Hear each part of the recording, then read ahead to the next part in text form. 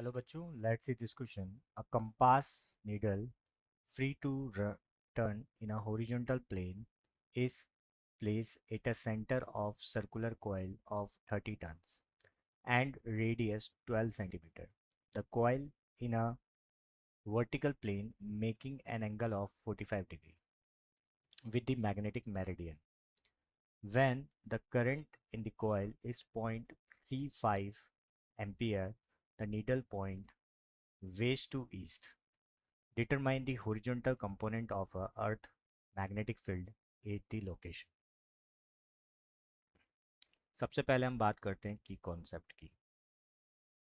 की कॉन्सेप्ट तो यहाँ पर जो की कॉन्सेप्ट होगा कि किसी भी सर्कुलर कॉइल में, कोई सर्कुलर कॉइल है करंट कैरिंग कॉइल, इसके एक्सिस पर, इसके किसी एक्सिस पर, किसी पॉइंट पर अगर हमें मैग्नेटिक फील्ड बताना हो तो यहाँ पर जो मैग्नेटिक फील्ड होता है वो मैग्नेटिक फील्ड होता है mu zero I upon 2 R. ये यहाँ पर क्या होता है, मैग्नेटिक फील्ड होता है। आर यहाँ पर क्या है, रेडियस है, और म्यू नॉट यहाँ पर कांस्टेंट है, आई जो यहाँ पर करंट फ्लो हो रहा है।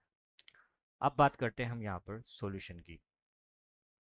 सॉल्यूशन तो बच्चों यहाँ पर अगर मैं सॉल्यूशन की बात करूँ तो हमें यहाँ पर पहले तो हम ये देखते हैं कि यहाँ पर हमें गिवन क्या क्या है। यहाँ पर हमें गिवन है कि यहाँ पर नंबर ऑफ टर्न्स जो हैं कॉइल में, जो सर्कुलर कॉइल है उसके अंदर जो नंबर ऑफ टर्न्स हैं वो कितने हैं, 30 है। और इसकी जो रेडियस है वो क्या दे रखी है हमें, 12 सेंटीमीटर दे रखी है। तो 12/100 मतलब कितना हो जाएगा, 0.12 मीटर हो जाएगा। फिर हमें ये दे रखा है कि ये हॉरिजॉन्टल से कितने एंगल पर है, 45 डिग्री के एंगल पर है। फिर हमें दे रखा है इस करंट कैरिंग कॉइल में जो करंट फ्लो हो रहा है वो कितना फ्लो हो रहा है, 0.35 एम्पियर हो रहा है। अब अगर हम यहाँ पर बात करें, जैसे मान लेते हैं कि यहाँ पर जो मैग्नेटिक फील्ड है वो वेस्ट टू ईस्ट डायरेक्शन में, मान लेते हैं ये वेस्ट टू ईस्ट डायरेक्शन में जा रहा है। और ये जो हॉरिजॉन्टल से अगर हम बात करें तो ये जो एंगल बना रहा है, the coil is in the vertical plane, और कितने डिग्री पर है ये, 45 डिग्री पर है। तो यहाँ पर जो इसका मैग्नेटिक फील्ड है वो हमें दे रखा है। तो अगर मैं यहाँ पर हॉरिजॉन्टल कंपोनेंट की बात करूँगा तो मैग्नेटिक फील्ड का जो हॉरिजॉन्टल कंपोनेंट होगा वो क्या हो जाएगा, बी कॉस 45 डिग्री। ठीक है, तो अगर ये बी कॉस 45 डिग्री हमारा क्या हो चुका है, यहाँ पर हॉरिजॉन्टल कंपोनेंट हो चुका है। ठीक है, अब हमें क्या बताना है, यहाँ पर हमें ये बताना है कि यहाँ पर जो हॉरिजॉन्टल कंपोनेंट होगा उसमें अर्थ मैग्नेटिक फील्ड क्या होगा, किस लोकेशन में होगा। तो हॉरिजॉन्टल फील्ड से बी कॉस 45 डिग्री होगा, मतलब ये हो जाएगा बी 1/√2। अब हमें पता है कि यहाँ पर किसी भी कॉइल की वजह से, अगर कोई भी कॉइल अगर हम लें, उस कॉइल की वजह से उसके एक्सिस पर अगर हमें यहाँ पर मैग्नेटिक फील्ड को फाइंड आउट करना है तो इस कॉइल जो कि जिसमें आई करंट फ्लो हो रहा है और इसकी जो रेडियस है वो अगर आर है, तो यहाँ पर अगर मैं यहाँ पर इसके लिए निकालूंगा मैग्नेटिक फील्ड को, तो मैग्नेटिक फील्ड का फॉर्मूला क्या होता है, बी बराबर mu zero I upon 2 R होता है।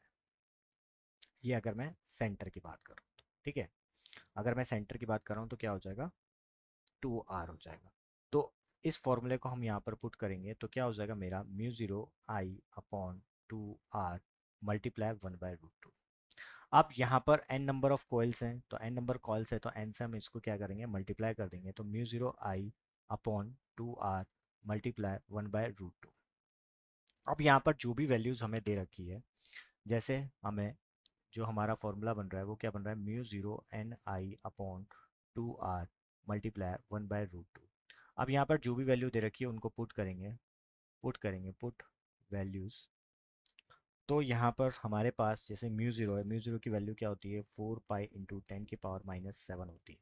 म्यू ज़ीरो की वैल्यू होती है 4 पाई मल्टीप्लाई 10⁻⁷। ठीक है, एन की वैल्यू हमें क्या दे रखी है, 30 दे रखी है, करंट हमें क्या दे रखा है, 0.35 दे रखा है, और रेडियस जो है हमने निकाली थी 0 × 0.12, और ये 1/√2 दे रखा है। तो यहाँ से जो हमारा हॉरिजॉन्टल कंपोनेंट होगा वो हमारा निकल जाएगा 0.39 गॉस, और यही हमारा क्या होगा, फाइनल सोल्यूशन होगा। I hope you will understood it well. Best of luck.